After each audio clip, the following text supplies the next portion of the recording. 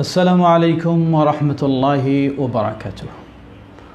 আলহামদুলিল্লাহি রাব্বিল আলামিন ওয়া সালাতু ওয়াস সালামু আলা আবদিল্লাহি ওয়া রাসূলিহি নবিয়িনা মুহাম্মদ ওয়া আলা আলিহি ওয়া সাহবিহি ওয়া মান তাবিআহুম বিইহসানিন ইলা ইয়াউমিদ্দিন, আম্মা বা'দ। সুপ্রিয় দর্শক শ্রোতা, শুরুতে জানাচ্ছি রমাদান মাসের মোবারকবাদ। জানাচ্ছি আপনাদের সকলকে বাংলাদেশ জমিয়তে আহলে হাদিস এর রমাদান ব্যাপী এই লাইভ প্রোগ্রামে শুভেচ্ছা আমন্ত্রণ। দোয়া করছি আল্লাহ সুবহানাহু ওয়া তাআলা আমাদের সিয়াম, কিয়াম ও যাবতীয় ইবাদতসমূহ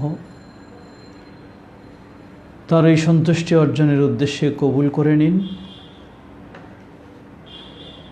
সুপ্রিয় দর্শক শ্রোতা, আমরা আজকে যে বিষয় নিয়ে আলোচনা করব, পর্ব 10, বিষয়টি হচ্ছে সালাত, গুরুত্ব তাৎপর্য এবং পদ্ধতি। এই বিষয় নিয়ে আজকে আমরা আপনাদের সামনে কিছু গুরুত্বপূর্ণ কথা তুলে ধরার চেষ্টা করব ইনশাআল্লাহ।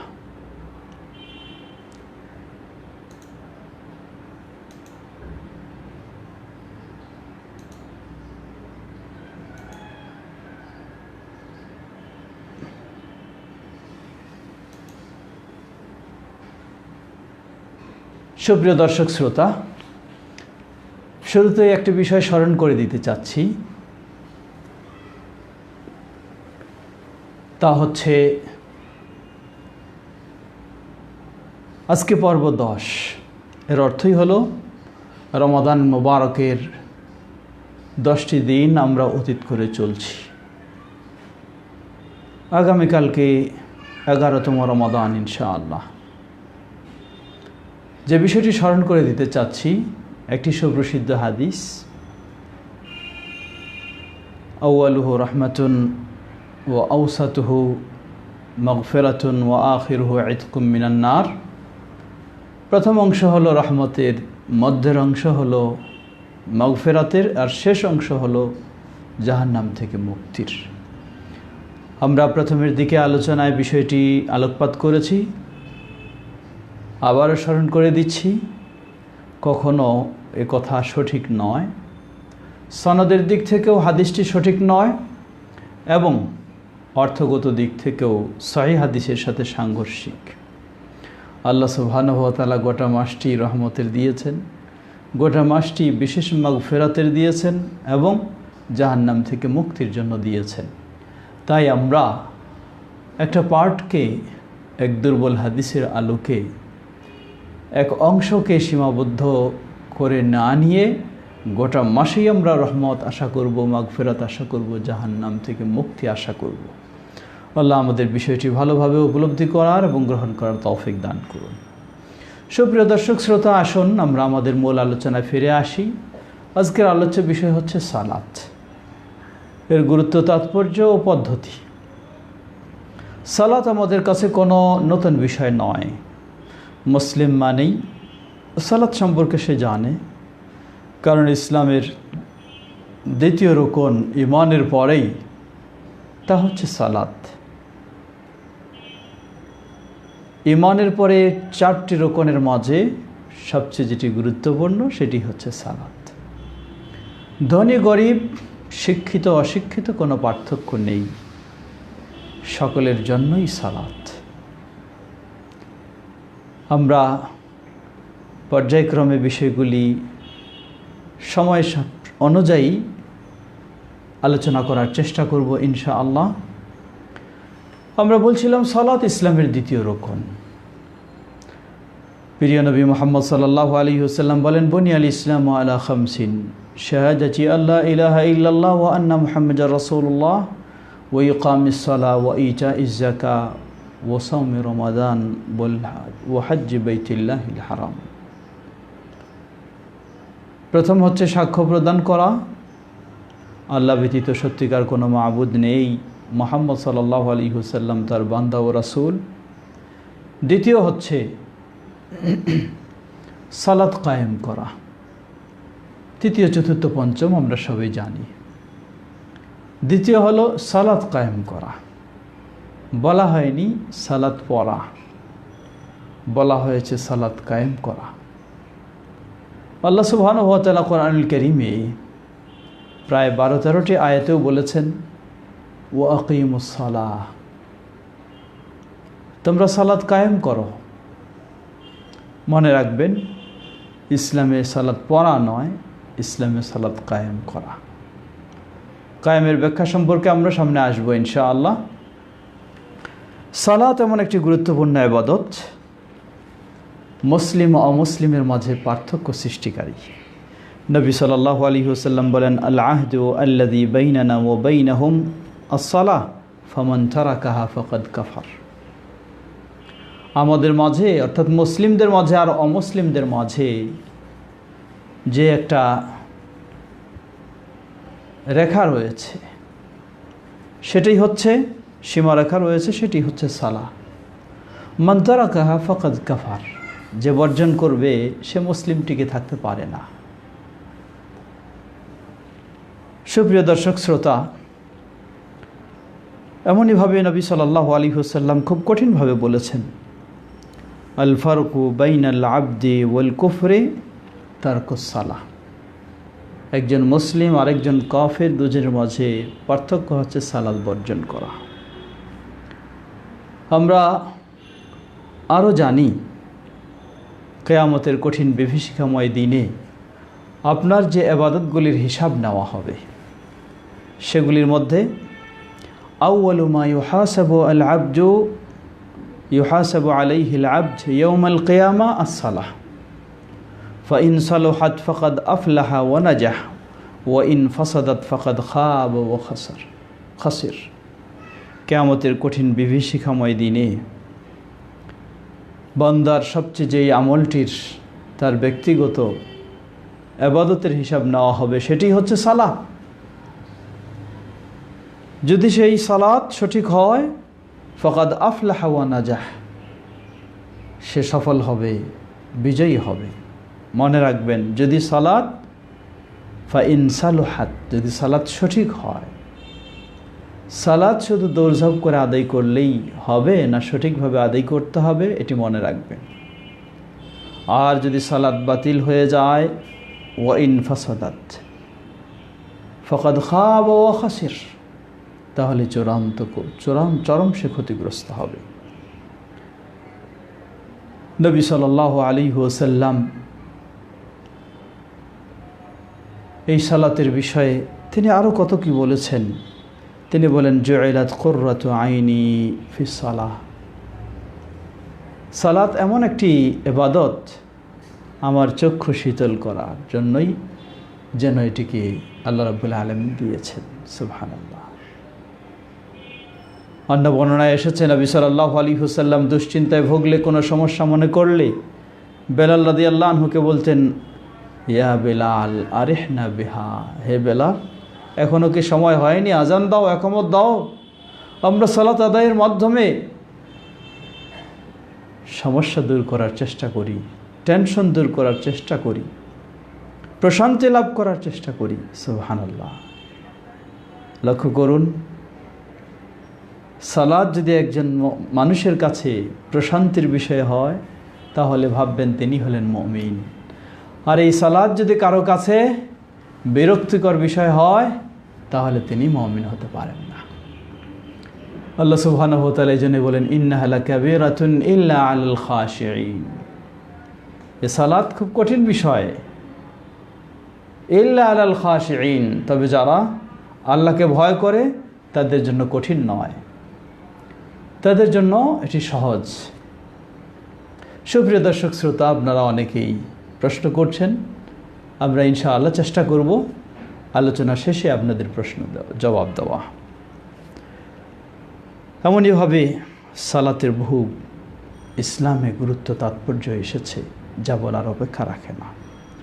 মনে করি এটাই যথেষ্ট যে সালাত হলো ইসলামের দ্বিতীয় রুকন। ইসলামের দ্বিতীয় খুঁটি।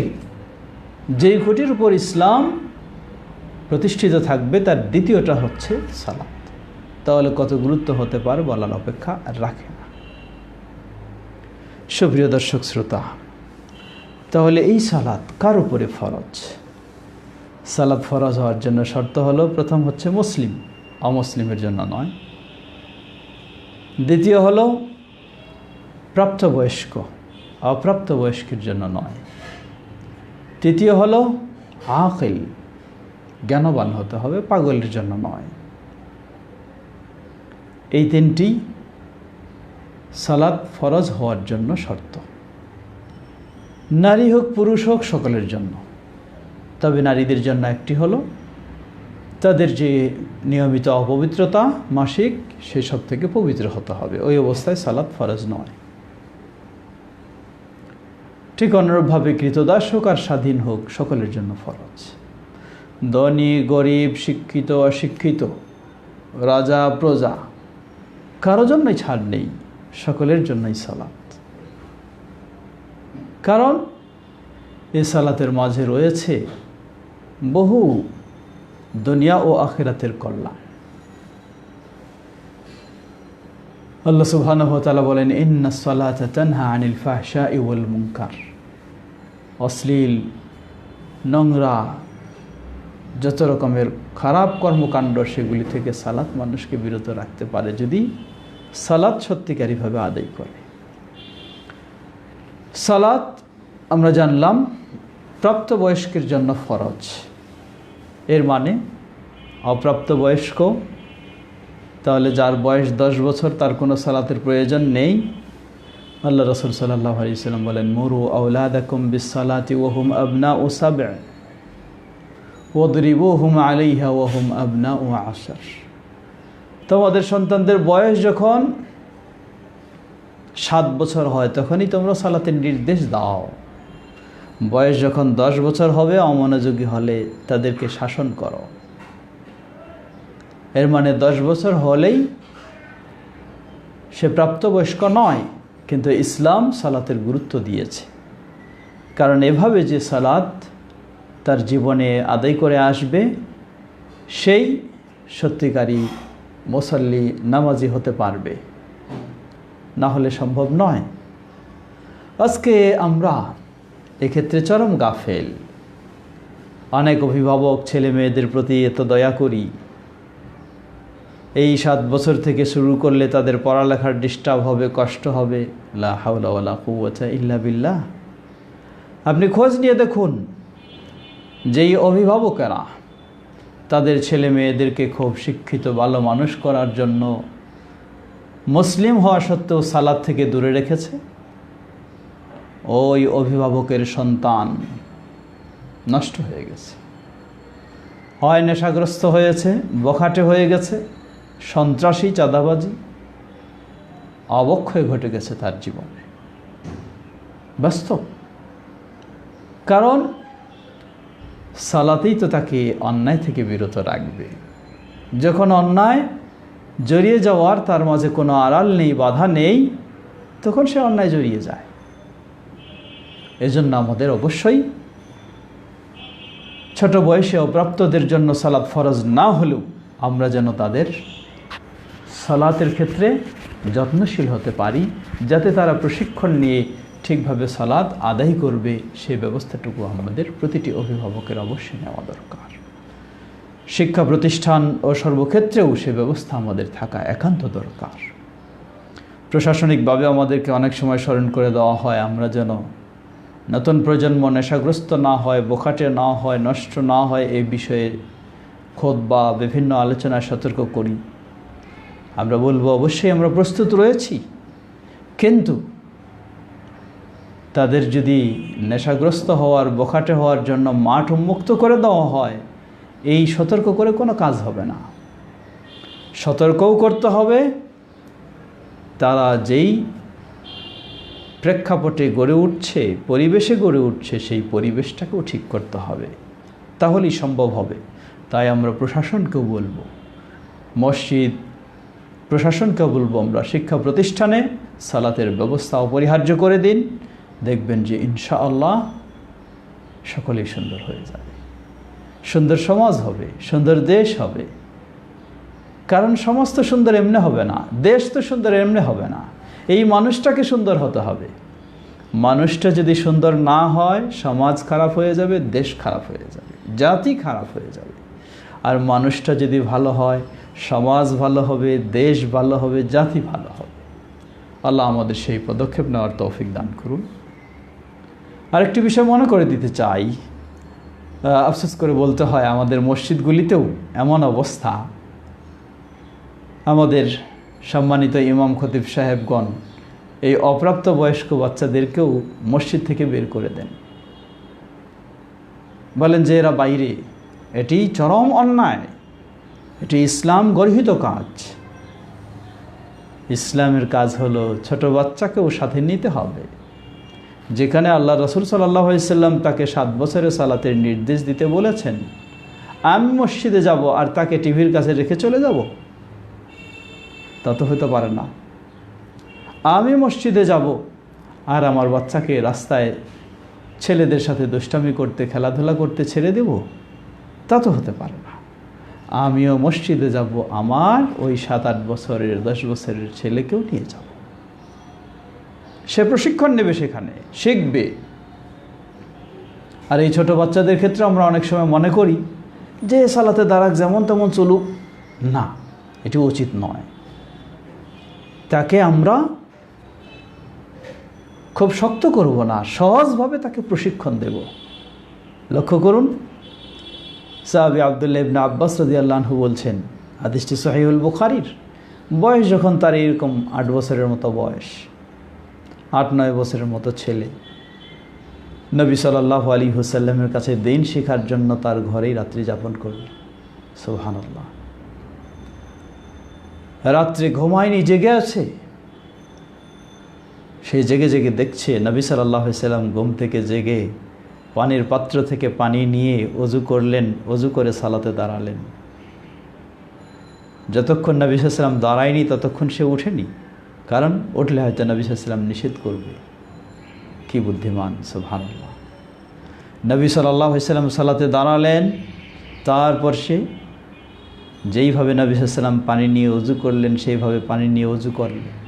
ওযু করে নবী সাল্লাল্লাহু আলাইহি ওয়াসাল্লামের বাম দিকে দাঁড়ালো। নিয়ম হচ্ছে যদি দুজন সালাত আদায় করে, ইমাম থাকবে বাম দিকে, মুক্তাদি থাকবে ডান দিকে। কিন্তু ছোট মানুষ জানে না, নিয়ম জানা নেই তার, বাম দিকে দাঁড়িয়ে গেছে। নবী সাল্লাল্লাহু আলাইহি ওয়াসাল্লাম ওই মুহূর্তেই পিছন দিক দিয়ে হাত দিয়ে তাকে টেনে এনে, বাম দিক থেকে টেনে এনে ডান দিকে দাঁড় করে দিলেন। সুবহানাল্লাহ। বাম দিক থেকে টেনে এনে ডান দিকে দাঁড় করে দিলেন। তিনি মনে করতে পারতেন যে তার সে সালাতে রয়েছে, থাক, সালাতটা শেষ হোক, তারপর তাকে এই শিক্ষা দেব। না, সাথে সাথেই এই প্রশিক্ষণ দিলেন। এই প্রশিক্ষণ কার? নবী মুহাম্মদ সাল্লাল্লাহু আলাইহি ওয়াসাল্লাম। তাই আমাদের ছোট বাচ্চাদেরকেও সাথে নিয়ে সালাত আদায় করতে হবে এবং তাদেরকে অত্যন্ত সুন্দরভাবে, নম্রভাবে, ভদ্রভাবে তাদেরকে সালাতের প্রশিক্ষণ দিতে হবে। আল্লাহ আমাদের বিষয়টি ভালোভাবে উপলব্ধি করে আমাদের সন্তানদেরকে সেভাবে নামাজি বানানোর তৌফিক দান করুন, আমিন। সুপ্রিয় দর্শক শ্রোতা, এখন আসুন আমরা কয়েকটি বিষয়ে আরেকটু গুরুত্ব দেই। আমরা আগেই বলেছিলাম যে সালাত কায়েম করার ইসলামে নির্দেশ দিয়েছে, সালাত পড়ার নির্দেশ দেওয়া হয় নাই, সালাত কায়েম করার। তাহলে সালাত কায়েম কি? কিছু আলেম ব্যাখ্যা দিয়ে থাকেন, সালাত কায়েম হলো সমাজের সর্বস্তরের মানুষেরা যখন সালাত আদায় করবে তখনই সালাত কায়েম হবে। আমরা বলবো এই ব্যাখ্যাটি সঠিক নয়, কারণ সমাজের সর্বস্তরের মানুষকে সালাত আদায়ের নির্দেশ অটোমেটিক রয়েছে, এটার নাম সালাত কায়েম নয়। আপনি ব্যাখ্যা খুঁজে দেখুন কোরআনুল কারীমে, ইউকিমুনাস সালাহ, এর ব্যাখ্যা কি? এর ব্যাখ্যা আপনি পাবেন সাহাবী আব্দুল্লাহ ইবনে আব্বাস রাদিয়াল্লাহু আনহু সহ প্রসিদ্ধ সাহাবীগণ ব্যাখ্যা করছেন, আই আদাউহা মা আহকামিহা ওয়া আরকানিহা ওয়াল মুহাফাযাতু আলাইহা ফি আওকাতিহা আও কামা ক্বাল। বিভিন্নজন বিভিন্নভাবে বলেছেন। সালাত কায়েম হচ্ছে এই সালাত তার হুকুম আহকাম, রুকু সিজদা, নিয়ম নীতি এবং যথাসময়ে সঠিক পদ্ধতিতে আদায় করার নাম হলো সালাত কায়েম করা। সমাজের সব মানুষও যদি সালাত আদায় করে কিন্তু রুকু ঠিকভাবে করে না, সেজদা ঠিকভাবে দেয় না, তাহলে কি তাদের সালাত কবুল হয়ে যাবে? জবাব না, কখনো হবে না। তাহলে সালাত কায়েম এর অর্থই হলো সব বিষয়গুলি নবী মুহাম্মদ সাল্লাল্লাহু আলাইহি ওয়াসাল্লাম যেভাবে দিয়েছেন ঠিক সেভাবে আদায় করার নাম হলো সালাত কায়েম। আজকে আফসোসের সাথে বলতে হয়, মুসলিম সমাজ বহু ভাগে বিভক্ত হয়ে গেছে। ঠিক সালাত আদায়ের পদ্ধতিও বহু ভাগে বিভক্ত করে ফেলেছি। এক একজন এক এক পদ্ধতি, এক এক মাযহাবে এক এক পদ্ধতি, এক এক তরিকায় এক এক পদ্ধতি। এখানে আমি একটি বিষয় স্মরণ করে দিতে চাই ভাইদেরকে, যে আহলুল হাদিস মুসলিম আর মাযহাবি মুসলিম বা তরিকাপন্থী মুসলিমের মাঝে পার্থক্য কী। উদাহরণস্বরূপ হাত বাঁধার বিষয়টি লক্ষ্য করেন। যদি হানাফি মাযহাবের অনুসারী মুসলিম হয়, হানাফি মুসলিম হয়, কোনো আর কথা নেই, ডাইরেক্ট তার হাত বাঁধবে নাভির নিচে। যদি শাফিঈ মুসলিম হয় তাহলে হাত বাঁধবে নাভির উপরে। যদি মালিকি মুসলিম হয় তাহলে হাত দুটো ছেড়ে রাখবে। এই হলো মাযহাবী বিভক্তি। মুসলিম পরিচয় ঠিকই দিচ্ছেন, কিন্তু আরেকটি যে বৈশিষ্ট্য, সে বৈশিষ্ট্যটি সঠিক না হওয়ার কারণে সবাই আমলেও বিভক্ত হয়ে গেছে, পদ্ধতিতেও বিভক্ত হয়ে গেছে। আহলুল হাদিস মুসলিম বলে না, কোনো মাযহাবের নিয়মে সালাত নয়, কোনো তরিকার নিয়মে সালাত নয়, সালাত হবে প্রিয় নবী মুহাম্মদ সাল্লাল্লাহু আলাইহি ওয়াসাল্লাম এর নিয়মে। তিনি নির্দেশ দিয়েছেন সহিহুল বুখারীর 631 নম্বর হাদিস। সাহাবী মালিক ইবনুল হুয়াইরিস রাদিয়াল্লাহু তাআলা আনহু তিনি বলছেন যে আমরা বেশ কতজন যুবক দূর দেশ থেকে নবী সাল্লাল্লাহু আলাইহি ওয়াসাল্লামের কাছে দিন শেখার জন্য, জানার জন্য প্রায় 20 দিন অবস্থান করলাম। নবী সাল্লাল্লাহু আলাইহি ওয়াসাল্লামের কাছে এই প্রায় 20 দিন অবস্থান করে আমরা দিন অনেক কিছু জানলাম, শিখলাম। তো নবী সাল্লাল্লাহু আলাইহি ওয়াসাল্লাম আমাদেরকে শিক্ষা দিতে দিতে তিনি যখন বুঝলেন যে আমাদের পারিবারিক প্রয়োজন দেখা দিচ্ছে, সাহাবী বলছেন, ওয়াকানা রাসূলুল্লাহি সাল্লাল্লাহু আলাইহি ওয়াসাল্লাম রাহিমান রফিকা। নবী সাল্লাল্লাহু আলাইহি ওয়াসাল্লাম ছিলেন তার অনুসারীদের প্রতি খুবই দয়াশীল, খুবই নম্র ভদ্র তাদের সাথে আচরণ করতেন। নবী সাল্লাল্লাহু আলাইহি ওয়াসাল্লাম আমাদের যখন অনুভব করলেন যে আমরা বুঝতেছি আমাদের পারিবারিক প্রয়োজন দেখা দিচ্ছে, যাওয়া দরকার, 20 দিন হয়ে গেছে, তিনি তখন আমাদেরকে বললেন, যাও তোমরা তোমাদের এলাকায় চলে যাও। তোমাদের এলাকায় গিয়ে ওয়াল্লিমু মান ওয়ারাআহুম, যারা তোমাদের পিছনে রয়েছে তাদেরকে তোমরা শিক্ষা দাও, অর্থাৎ যাদেরকে রেখে তোমরা দিন শিখতে এসেছ। ওয়াসাল্লু কামা রাআইতুমুনি উসাল্লি, এবং তোমরা সালাত আদায় করো যেমনইভাবে তোমরা এই 20 দিন আমাকে সালাত আদায় করতে দেখেছো, ঠিক সেভাবে সালাত আদায় করো। সুপ্রিয় দর্শক শ্রোতা, এই হাদিসটির প্রেক্ষাপট হলো এই, মনে রাখবেন এই হাদিসে অনেকগুলি শিক্ষণীয় প্রথম হলো সালাত আপনি আদায় করবেন কোনো ইমামকে অনুসরণ করে নয়, কোনো পীর সাহেবকে অনুসরণ করে নয়, কোনো বুজুর্গকে অনুসরণ করে নয়, কোনো গাউস কুতুবকে অনুসরণ করে নয়, এমনকি কোনো সাহাবীকে অনুসরণ করে নয়। সালাত আপনি আদায় করবেন সরাসরি নবী মুহাম্মদ সাল্লাল্লাহু আলাইহি ওয়াসাল্লাম এর অনুসরণ করে, অতঃপর তার নির্দেশে খোলাফায়ে রাশিদিন ও সাহাবায়ে কেরামকে। এটাই হচ্ছে সালাত আদায়ের পদ্ধতি। আহলুল হাদিসদের এটাই কথা। আজকে দেখুন, আহলুল হাদিসরা এই জন্যই বলে সালাত আদায় করবেন সরাসরি সহিহ হাদিসের আলোকে, রাসূল সাল্লাল্লাহু আলাইহি ওয়াসাল্লামের অনুসরণ করে। তাহলে গোটা বিশ্বে মুসলিমদের মাঝে মিল খুঁজে পাওয়া যাবে, ঐক্য খুঁজে পাওয়া যাবে। কেউ হানাফির নিয়মেও সালাত আদায় করবে না, কেউ শাফির নিয়মেও করবে না, কেউ মালিকির নিয়মেও করবে না, কেউ হাম্বলির নিয়মেও করবে না, কেউ চিশতির নিয়মেও করবে না, কেউ তরিক মুজাদ্দিদের নিয়মেও নয়, কাদেরিয়ার নিয়মে নয়, কোনো বুজুর্গের নিয়মে নয়, সবাই করবে নবী মুহাম্মদ সাল্লাল্লাহু আলাইহি ওয়াসাল্লামের নিয়মে। হয়তো আমার এই কথার পৃষ্ঠে কেউ বলতে পারেন যে তাহলে মাযহাবগুলিতে কি নবী সাল্লাল্লাহু আলাইহি ওয়াসাল্লামের নিয়মে সালাত আদায় করা হয় না? আপনি আপনার কথায় আপনার কাছে প্রমাণ নিয়ে নিন। কোনো মাযহাবী ভাইকে যদি বলেন যে নবী সাল্লাল্লাহু আলাইহি ওয়াসাল্লাম থেকে বিশুদ্ধভাবে প্রমাণিত এই নিয়ম, কি নিয়ম? উদাহরণস্বরূপ ধরে নেন, নবী সাল্লাল্লাহু আলাইহি ওয়াসাল্লাম রুকুতে যাওয়ার আগে 2 হাত সুন্দরভাবে তুলতেন, রুকু থেকে ওঠার পরেও 2 হাত সুন্দরভাবে তুলতেন কাঁধ পর্যন্ত। যদি হানাফি মাযহাবের মানুষ হন তিনি মেনে নেবেন না, তিনি বলবেন যে এটা আমাদের মাযহাবে নাই, এটাই বলবেন। যদি শাফি মাযহাবের মানুষ হন মেনে নেবেন, তার মাযহাবে এটা রয়েছে।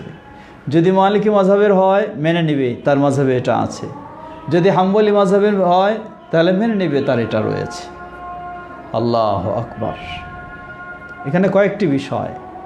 এই হাত তোলা রফউল ইয়াদাইন যেটাকে বলা হয়, সহিহ বুখারী মুসলিমের অসংখ্য হাদিস রয়েছে, কিন্তু হানাফি মাযহাবে না থাকার কারণে তারা এটা মানতে রাজি নয়, মাযহাবে না থাকার কারণে মানতে রাজি নয়। আর বাকি 3 মাযহাব সেই হাদিসগুলিকে মেনে নিয়েছে, তাই তাদের মাযহাবে সেই নিয়ম রয়েছে। আমাদের ভাইয়েরা বলেন 4 মাযহাব মানতে হবে। দেখুন, অথচ তার মসজিদে গিয়ে যদি আপনি এভাবে হাত তোলেন রুকুর আগে এবং পরে, তাহলে আপনাকে বিভিন্নভাবে আপনার দিকে তাকানো হয়, তিরস্কার করা হয়, মসজিদ থেকে বের পর্যন্ত করে দেওয়া হচ্ছে আমাদের দেশে, বাংলাদেশে। অথচ 4 মাযহাবের মাঝে হানাফি মাযহাব ব্যতীত বাকি 3 মাযহাবেই রুকুর আগে এবং পরে 2 হাত তোলার নিয়ম রয়েছে। আপনি বললেন 4 মাযহাব মানতে হবে, 4 মাযহাবের মধ্যে 3 মাযহাবে এই নিয়ম, আবার আপনি এই মসজিদে, আপনার মসজিদে এভাবে সালাত আদায় করতে দিচ্ছেন। লক্ষ্য করুন, এখানে আরেকটি বিষয় স্মরণ করে দিতে চাই। বাংলাদেশে অসংখ্য মসজিদ রয়েছে, উত্তরবঙ্গে বেশিরভাগ, যেগুলো আহলুল হাদিস মসজিদ বলে পরিচিত। ইদানিং কিছু কিছু বক্তা, কিছু কিছু ব্যক্তি তারা এটা নিয়েও কথা বলছেন। তারা বলেন মসজিদ কেন আহলুল হাদিস নামকরণ? মসজিদ আহলুল হাদিসেরা পরিচালনা করছে, দেখাশোনা করছে, সব কিছু ব্যয় বহন করছে, সেই হিসাবেই আহলুল হাদিস। কিন্তু এই মসজিদে কোনো হানাফি হোক, মালিকি হোক, শাফি বা আর কেউ, কারো সালাত আদায়ের কোনো বাধা নেই। আমরা দৃঢ়ভাবে বলতে পারি কারো সালাত আদায়ের বাধা নেই, আলহামদুলিল্লাহ।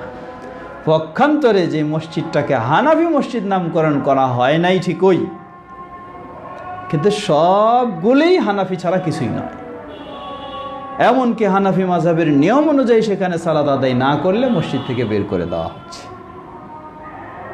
এটা বাস্তব, হাজারো প্রমাণ আপনি বাংলার বুকে নেবেন। তাহলে তো অন্যায় আপনিই করেছেন। সুপ্রিয় দর্শক শ্রোতা, কথা দীর্ঘ হয়ে যাচ্ছে, সময় আমাদের কম। আমরা বলছিলাম যে এই জন্য আহলুল হাদিস এর আহ্বান হলো এটা, যে আমরা কোনো ইমামের, সকল ইমামকে শ্রদ্ধা করব, কিন্তু কোনো ইমামের অন্ধ অনুসরণ করে সালাত আদায় করব না, বা ইসলামের কোনো ইবাদত করব না। আমরা সালাত আদায় করব, ইসলামের ইবাদত করব সহিহ প্রমাণের আলোকে, নবী মুহাম্মদ সাল্লাল্লাহু আলাইহি ওয়াসাল্লাম এর অনুসরণ করে, তার খোলাফায়ে রাশিদিন ও সাহাবায়ে কেরামের অনুসরণ করে। ওই হাদিসে আবার ফিরে আসুন আরেকটি দিক, সে দিকটি হচ্ছে এই, রাসূল সাল্লাল্লাহু আলাইহি ওয়াসাল্লাম বললেন, তোমাদের পিছনে যারা রয়েছে এলাকার মানুষ, তাদেরকে শিক্ষা দাও, তাদেরকে শিক্ষা দাও, আর আমাকে যেভাবে দেখেছো সেভাবে সালাত আদায় করো। এর মানে হলো এই, নবী সাল্লাল্লাহু আলাইহি ওয়াসাল্লামকে যেভাবে দেখলেন এভাবে পুরুষেরা পড়বে আর মহিলারা আলাদাভাবে পড়বে। এটাই এই হাদিস থেকে শিক্ষা পাওয়া যায়? না, কখনো নয়। পর্দার আড়ালের মা ও বোনদের জন্য জানিয়ে দিচ্ছি, ইসলামে কতগুলি বিষয় রয়েছে নারীদের জন্য বিশেষ, সেগুলি স্পষ্ট উল্লেখ করে দেওয়া হয়েছে, যা নির্ভরযোগ্য প্রমাণের আলোকে আপনি পেয়ে থাকলে সেটি গ্রহণ করবেন, আর যদি না থাকে দুর্বল ভিত্তিহীন প্রমাণ যা গ্রহণযোগ্য নয়, তাহলে কখনো সেগুলি গ্রহণ করবেন না। সালাতের ক্ষেত্রেও একই, মেয়েদের সালাতের জন্য নিয়ম দেওয়া হয়, তারা কি করবে?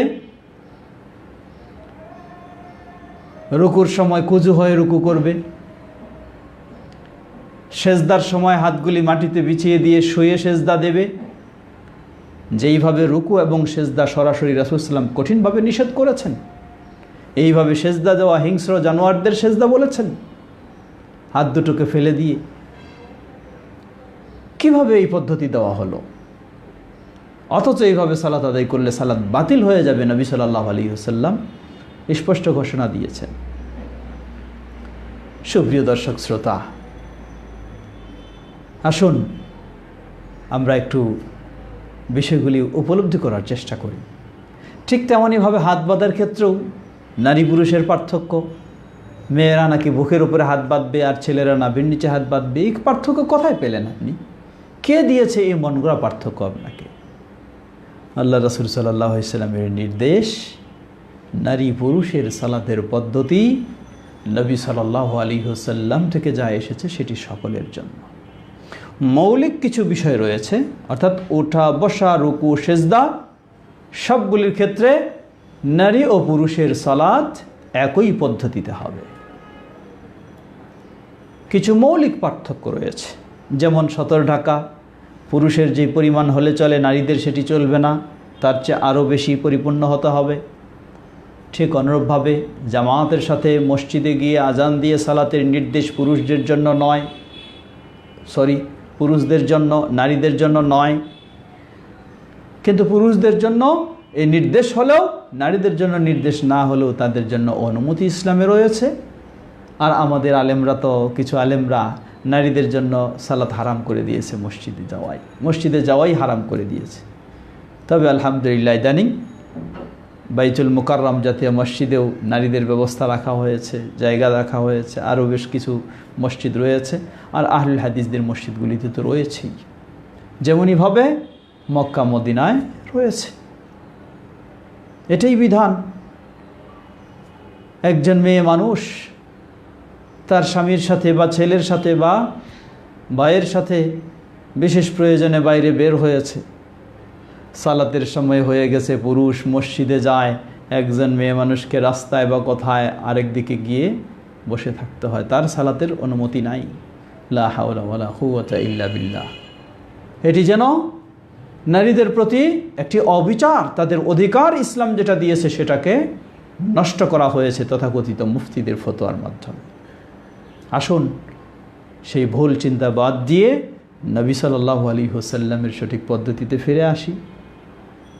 নারীদের জন্যও মসজিদে ব্যবস্থা থাকবে, তারা সেখানে প্রয়োজনে আসবে এবং সেখানে তারা সালাত আদায় করবে তাদের নিয়ম অনুযায়ী, পর্দার সাথে, সব কিছুর সাথে। আল্লাহ আমাদের সবাইকে সেটি ভালোভাবে বোঝার, উপলব্ধি করার তৌফিক দান করুন। সুপ্রিয় দর্শক শ্রোতা, সালাতের পদ্ধতি নিয়ে কথা বলতে গেলে অনেক সময়ের দরকার। এ মর্মে অনেক বই পুস্তক আলহামদুলিল্লাহ কোরআন ও সহিহ হাদিসের আলোকে লেখা হয়েছে। আল্লামা শেখ মোহাম্মদ নাসিরউদ্দিন আলবানী রাহিমাহুল্লাহর সালাত সম্পাদন পদ্ধতি রয়েছে। এই বিষয়ে আমার একটি মাসনুন সালাত ও দোয়া শিক্ষা, সে বইটি রয়েছে, সেটাও সহযোগিতা নিতে পারবেন। আর খুব কাছাকাছি সময় আরও দুটি বই আমার সালাতের বিষয়ে বের হবে, 2 থেকে 3টি। একটি শুধু নারীদের জন্য, আর একটি সংক্ষিপ্ত আরেকটি বিশদ বিস্তারিতভাবে রাসূল সাল্লাল্লাহু আলাইহি ওয়াসাল্লামের সালাতের বৈশিষ্ট্য, পদ্ধতি, নিয়ম কিভাবে ছিল সব কিছু ইনশাআল্লাহ। তাই আসুন আমরা সেভাবে জেনে নিয়ে আমরা আমাদের সালাতগুলিকে সেভাবে আদায় করার চেষ্টা করি। আল্লাহ সুবহানাহু ওয়া তাআলা আমাদের সবাইকে সে তৌফিক দান করুন। আমাদের অনেক ভাই প্রশ্ন করেছেন, আমরা কিছু প্রশ্নের জবাব দেওয়ার চেষ্টা করব। সবগুলি হয়তো সুযোগ পাবো না, যেগুলি সম্ভব হবে না ইনশাআল্লাহ সেগুলি আমরা আগামীকালকে জবাব দেব।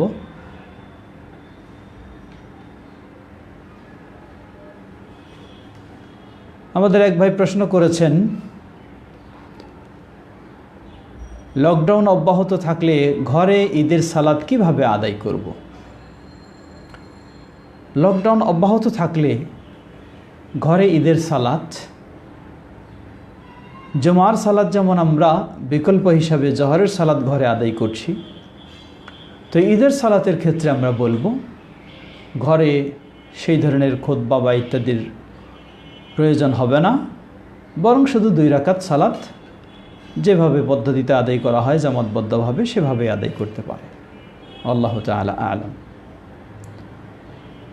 আরেকজন প্রশ্ন করেছেন যে কোন মসজিদে দেখা যায় যে ইমাম ফজর সালাতে সূরা বাকারার শেষ 2 আয়াত পাঠ করলে পাঠ শেষে পিছন থেকে সবাই আমিন বলে, এই আমিন বলার বিধান কি দয়া করে জানাবেন।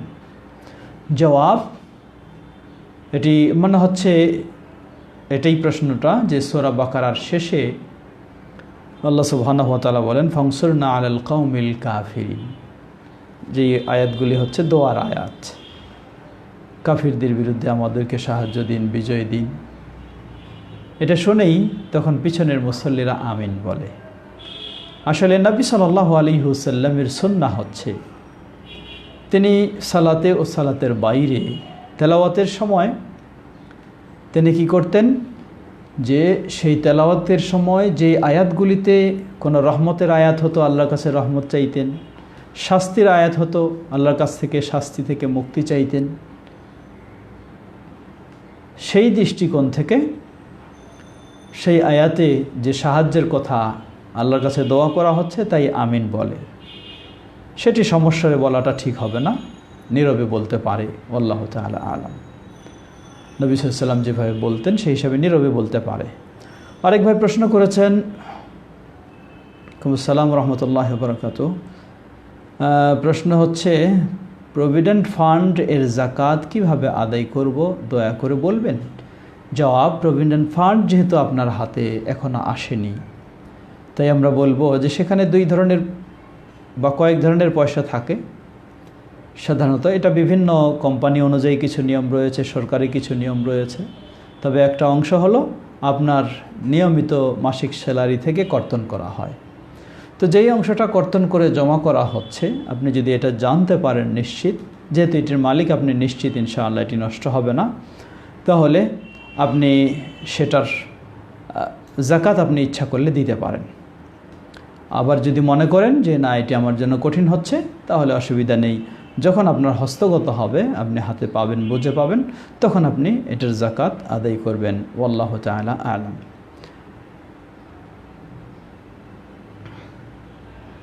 আমাদের গত দিনের প্রশ্নের মধ্যে 2 ভাই প্রশ্ন রেখেছিলেন। এক ভাই প্রশ্ন করেছিলেন, তিনি হয়তো জানার উদ্দেশ্যে বলেছেন, আমাদের ভাই তানভীর হায়দার, যে জমিয়তের মাধ্যমে কেন্দ্রীয় মাদ্রাসা শিক্ষা বোর্ড ফতোয়া বোর্ড আছে কি, না থাকলে দয়া করে উদ্যোগ গ্রহণ করবেন। আমরা বলবো আমাদের ভাইয়ের এই সুন্দর অনুভূতি পেশ করার জন্য জাযাহুল্লাহ খায়ের। আলহামদুলিল্লাহ, বাংলাদেশ জমিয়তে আহলে হাদিসের অধীনে অসংখ্য মাদ্রাসা রয়েছে। বিশেষ করে বাংলাদেশ জমিয়তে আহলে হাদিস কর্তৃক পরিচালিত বাংলাদেশ আহলে হাদিস মাদ্রাসা শিক্ষা বোর্ড, সেটার অধীনে প্রায় 800-র অধিক মাদ্রাসা রয়েছে, যেগুলির মধ্যে বড় বড় কেন্দ্রীয় মাদ্রাসা, প্রাচীন মাদ্রাসা হিসেবে বলবো আমরা, আমি যে মাদ্রাসার প্রিন্সিপালের দায়িত্বে রয়েছি, আল্লামা আবদুল্লাহিল কাফি আল কুরাইশি রাহিমাহুল্লাহ 1959 সালে সেই মাদ্রাসা প্রতিষ্ঠা করেন, মাদ্রাসাতুল হাদিস, নাজির বাজার, বংশাল, ঢাকায়। এবং আমাদের আরও একটি বড় কেন্দ্রীয় মাদ্রাসা, সেটি সুপ্রসিদ্ধ, যেখানে আমি নিজেও পড়ালেখা করেছি, আমার মতো হাজার আলিম সেখানে পড়ালেখা করেছেন, বের হয়েছেন। এটি হচ্ছে মাদ্রাসা মুহাম্মাদিয়া আরাবিয়া, যা যাত্রাবাড়িতে আমাদের অবস্থিত। অনুরূপভাবে আমাদের মিরপুর দারুস সুন্নাহ, যেখানে আমি বেশ আল্লাহর রহমতে অবদান রেখেছি, প্রিন্সিপালের দায়িত্ব ছিলাম মাদ্রাসা দারুস সুন্নাহ সেটি, এবং আরও পাশেই আমাদের নারায়ণগঞ্জ পাঁচরুখি মাদ্রাসা দারুল হাদিস সালাফিয়া। এই ধরনের গোটা বাংলাদেশে আরও আলহামদুলিল্লাহ অনেক মাদ্রাসা রয়েছে। এরপরেও আমরা বোধহয় ভাইয়ের প্রশ্নের জন্য আমরা বলবো যে আলহামদুলিল্লাহ আমরা সেই উদ্যোগও নিয়েছি। বাংলাদেশ জমিয়তে আহলে হাদিস বিশেষ করে তার যে বিশাল ক্যাম্পাস রয়েছে সেই সাভার বাইপাইলে, সেই ক্যাম্পাসে আল্লামা মোহাম্মদ আবদুল্লাহ আল কাফি আল কুরাইশি রাহিমাহুল্লাহ মডেল মাদ্রাসা সেটি প্রতিষ্ঠিত হয়েছে এবং সেটি মানসম্মত মাদ্রাসা হিসাবে শুরু হয়েছে। আমরা সেটাতে ইনশাআল্লাহ খুব শীঘ্রই 2021 সাল থেকে আমরা আরও সংযুক্ত করব। বিশেষ করে যারা আরবি ভাষা শিখতে পারেননি, এখন শেষ বয়সে বা বড় হয়ে কর্মজীবনে শিখতে চান, তাদের জন্য শর্ট কোর্স বা ইসলাম শিক্ষা ইত্যাদি এই জন্যও সেখানে আমরা, এবং গবেষণামূলক সেখানে আমরা অনেক প্রকল্প হাতে নেব বলে আমাদের পরিকল্পনা রয়েছে ইনশাআল্লাহ। এবং সেখানে আমাদের ইন্টারন্যাশনাল ইসলামিক ইউনিভার্সিটি সেটাও আমাদের প্রতিষ্ঠার কার্যক্রম অনেকটা অগ্রসর হয়েছে। আল্লাহ সুবহানাহু ওয়া তাআলা আমাদের সেগুলি সহজ করে দিন। আর মাদ্রাসা বোর্ড রয়েছে, যে বোর্ডের অধীনে পরীক্ষা হচ্ছে এবং বোর্ড সিলেবাস ও বই পুস্তক সরবরাহ করছে, এবং ফতোয়া বোর্ড আলহামদুলিল্লাহ রয়েছে। আপনার এই সুন্দর পরামর্শের জন্য আমরা আপনাকে দোয়া করছি, আল্লাহ জাযায়ে খায়র দান করুন এবং সার্বিক সহযোগিতায় এগিয়ে আসার জন্য সকলকে আহ্বান জানাচ্ছি। আরেক ভাই প্রশ্ন করেছিলেন যে সাহারির প্রথম আজানের সময় তাহাজ্জুদ, তারাবি ও বিতর চলবে কি? প্রথম আজান বলতে সাহারির সময় হয়েছে এই মর্মে যে আজান হয়ে থাকে, সেই আজানের সময় অবশ্যই সেটিই হচ্ছে তাহাজ্জুদ, তারাবির বা বেতের সালাত আদায় করারই আজান এবং সাহারিরও আজান। যখন ফজরের আজান হবে সেই সময় আপনার সব কিছু বন্ধ হবে, আর কিছু চলবে না। আল্লাহু তাআলা আ'লাম। আরও বেশ কিছু প্রশ্ন রয়েছে, ইনশাআল্লাহ আমরা আগামী বৈঠকে আগামীকালকে সেই প্রশ্নগুলির জবাব দেওয়ার চেষ্টা করব। আজকে আর দীর্ঘ না করে আমরা এখানে শেষ করছি। এক ভাই প্রশ্ন করেছেন বাংলাদেশের সবচেয়ে বড় সালাফি মাদ্রাসা কোনটি? বাংলাদেশের সবচেয়ে বড় সালাফি মাদ্রাসা হলো মাদ্রাসা মুহাম্মাদিয়া আরাবিয়া, যেটি যাত্রাবাড়িতে অবস্থিত, যেখানে বলেছি আমি যে আমাদের মতো হাজারো আলিম সেখানে বের হয়েছে এবং হচ্ছে। আল্লাহ সুবহানাহু ওয়া তাআলা আমাদের সবাইকে সে তৌফিক দান করুন। আমাদের আরেক ভাই প্রশ্ন করেছেন, এটি আমরা শেষ প্রশ্ন দেব। শেখ হানাফি মাযহাবের কিছু আলেম বলে নাসিরউদ্দিন আলবানী নাকি ইমাম বুখারীকে অমুসলিম বলেছে, এ ব্যাপারে জানতে চাই। আসলে এগুলি হচ্ছে তাদের একটি অপপ্রচার ছাড়া কিছুই নয়। এটি কোনো মানুষ বলতে পারে যে ইমাম বুখারীকে নাসিরউদ্দিন আলবানী রাহিমাহুল্লাহ অমুসলিম বলবেন? এটি একটি আশ্চর্যজনক কথা, এটি একটি বিদ্বেষী কথা, বিভ্রান্তিমূলক কথা। শেখ আলবানী রাহিমাহুল্লাহ তিনি হলেন হাদিসের জগতে সেই সময় তার যুগে শ্রেষ্ঠ মুহাদ্দিস, আর ইমাম বুখারী রাহিমাহুল্লাহ হলেন তার যুগে শ্রেষ্ঠ মুহাদ্দিস বা আমিরুল মুমিনিন ফিল হাদিস, হাদিসের জগতে তিনি নেতা। তাহলে কীভাবে এটি হতে পারে? এগুলি তাদের একটি বিদ্বেষ ছাড়া আর কিছুই নয়। আল্লাহ তাদেরকে সবাইকে হেদায়েত দান করুন। আমরা এখানে শেষ করছি। পরিশেষে আপনাদের সবাইকে মোবারকবাদ জানাচ্ছি বাংলাদেশ জমিয়তে আহলে হাদিসের এই লাইভ প্রোগ্রামে অংশগ্রহণ করার জন্য। আল্লাহ আপনাদের সবাইকে জাযায়ে খায়র দান করুন। এই বিশ্বে বর্তমান যে কঠিন পরিস্থিতি আমরা অনুভব করছি, আমরা যেন এই পরিস্থিতিতে আল্লাহ সুবহানাহু ওয়া তাআলার কাছে দোয়া করছি, আল্লাহ আমাদের সবাইকে নিরাপদে রাখুন। এই বিপদ থেকে আল্লাহ আমাদেরকে রক্ষা করুন, আমাদের দেশকে রক্ষা করুন এবং সকল বিশ্বে সকল মুসলিমদেরকে এই বিপদ থেকে রক্ষা করুন। আমাদের মাঝে উপস্থিত অনুপস্থিত সকল অসুস্থদেরকে আল্লাহ পরিপূর্ণ সুস্থতা দান করুন। আল্লাহ সবাইকে জাযায়ে খায়র দান করুন এবং আল্লাহর দ্বীন যেন কোরআন ও সুন্নাহর আলোকে মেনে চলতে পারি, আল্লাহ আমাদের তৌফিক দান করুন। আর এই রমাদানুল মুবারক হচ্ছে একটি তাকওয়া অর্জনের মাস, ঠিক তেমনিভাবে সালাতে পায়বন্দি এবং গুরুত্বশীল যত্নশীল হওয়ারও মাস। আমরা এই মাসেও আরও সালাতে মজবুত হওয়ার চেষ্টা করব, গোটা জীবন যেন সেভাবে সালাত আদায় করি এবং আল্লাহ সুবহানাহু ওয়া তাআলার কাছে আমরা চেষ্টা করব, যেন আমাদের সন্তানদেরকেও সেভাবে প্রশিক্ষণ দেওয়ার চেষ্টা করব। আল্লাহ আমাদের সবাইকে সে তৌফিক দান করুন। আমিন। ওয়া আখিরু দাওয়ানা আলহামদুলিল্লাহি রাব্বিল আলামিন ওয়া সাল্লাল্লাহু তাআলা নবিয়িনা মুহাম্মদ ওয়া আলা আলিহি ওয়া সাহবিহি আজমাইন। ওয়াসসালামু আলাইকুম ওয়া রাহমাতুল্লাহি ওয়া বারাকাতুহু। সুবহানাকা আল্লাহুম্মা ওয়া বিহামদিকা আশহাদু আল লা ইলাহা ইল্লা আনতা আস্তাগফিরুকা ওয়া আতুবু ইলাইক। ওয়াসসালামু আলাইকুম ওয়া রাহমাতুল্লাহি ওয়া বারাকাতুহু।